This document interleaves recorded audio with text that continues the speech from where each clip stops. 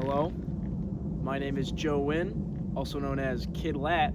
I'm from Chicago, Illinois, and welcome to my house. Where does the name Kid Lat Boy Wonder come from? Yeah, again, got kind of an interesting family background. My mom, her side of the family, is from Iloilo, Philippines. Bacolod is the village they're from. Tagalog, their language. Kid Lat, the one word, no space, just Kid Lat, means lightning bolt. I was 15 when I started, I was 16 when I debuted, so I just put a little space in the middle between it, became Kid Lat. My mom ended up going to college at Northwestern University here close to Chicago, Illinois, in Evanston, where she'd meet my father. In terms of my actual family, my parents have been super supportive of this crazy dream of mine. So I've lived in Chicago my entire life on the west side. A lot of Chicagoans have very strong Chicago pride. If I'm being honest, sort of made me prideful to be from Chicago is when I started wrestling. Entertainment has Las Vegas, and finance and media has New York, and film has Los Angeles. Steel has Pittsburgh, whatever. Pro wrestling has Chicago. How do you think Chicago wrestlers are different? They just think of that one. I just think they have this style that's been forged by history. A lot of large names that came out of here. I mean, obviously, you think CM Punk.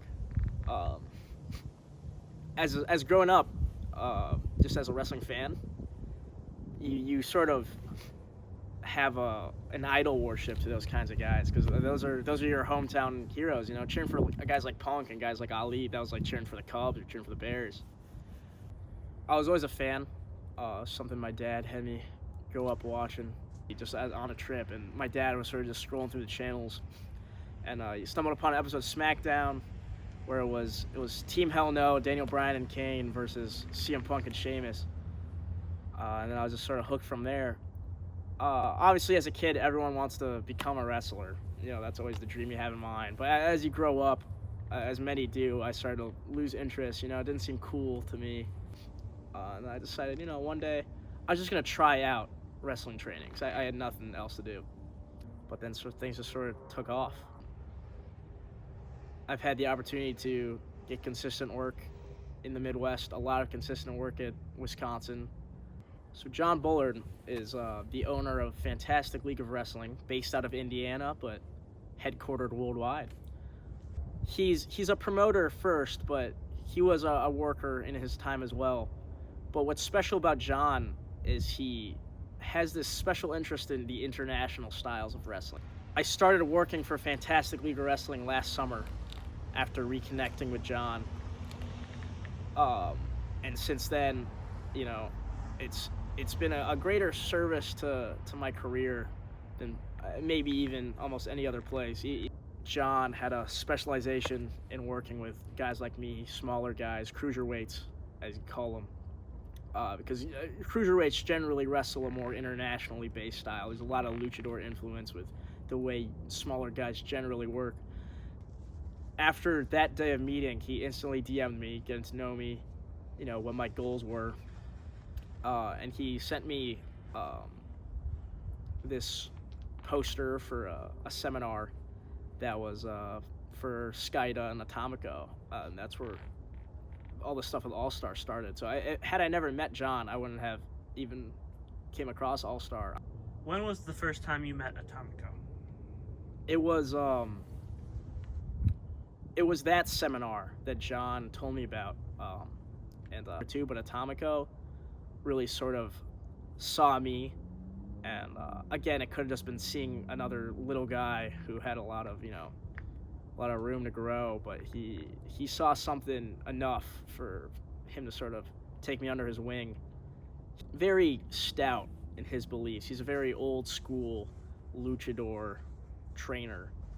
He's very particular in things like footwork and timing and the way things look, the sort of visual aspects of wrestling that a lot of people, there's a spectrum of people who take that for granted and put too much stock into it. But I think he's the perfect, mix of, there's psychology in this, but we can't ignore the visual aspects of this. You want to look good, you should look good. You should look smooth.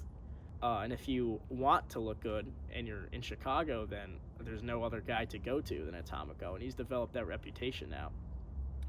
I don't, I'll never truly know what he saw in me at first, but just another one of those people that I could do my best to make a proper return on his belief in me. So.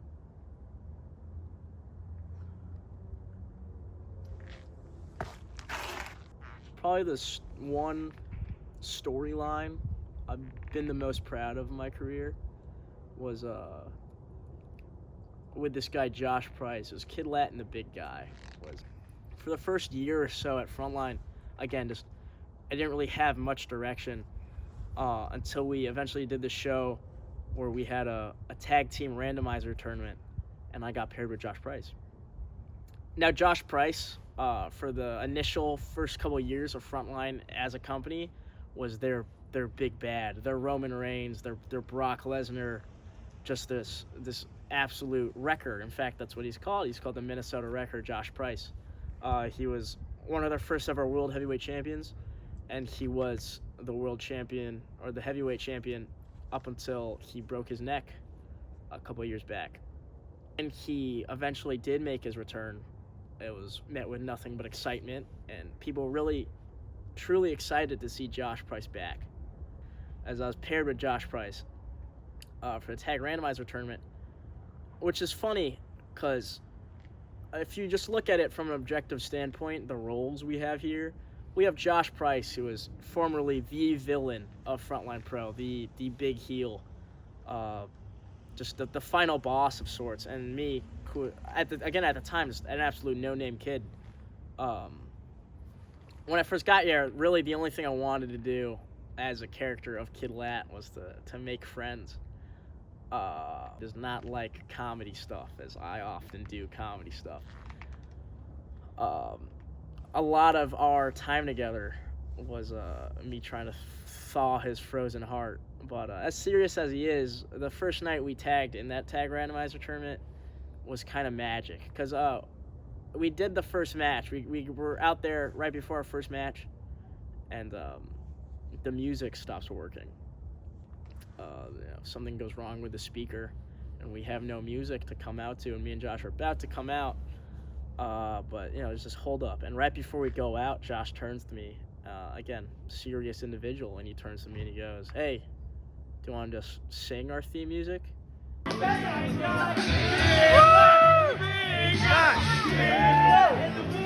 We don't even know what song we were going to come out to initially, how we were supposed to sing it, and he said, "I got it." It's like, all right. And he comes out with the song Kid Lat and the Big Guy.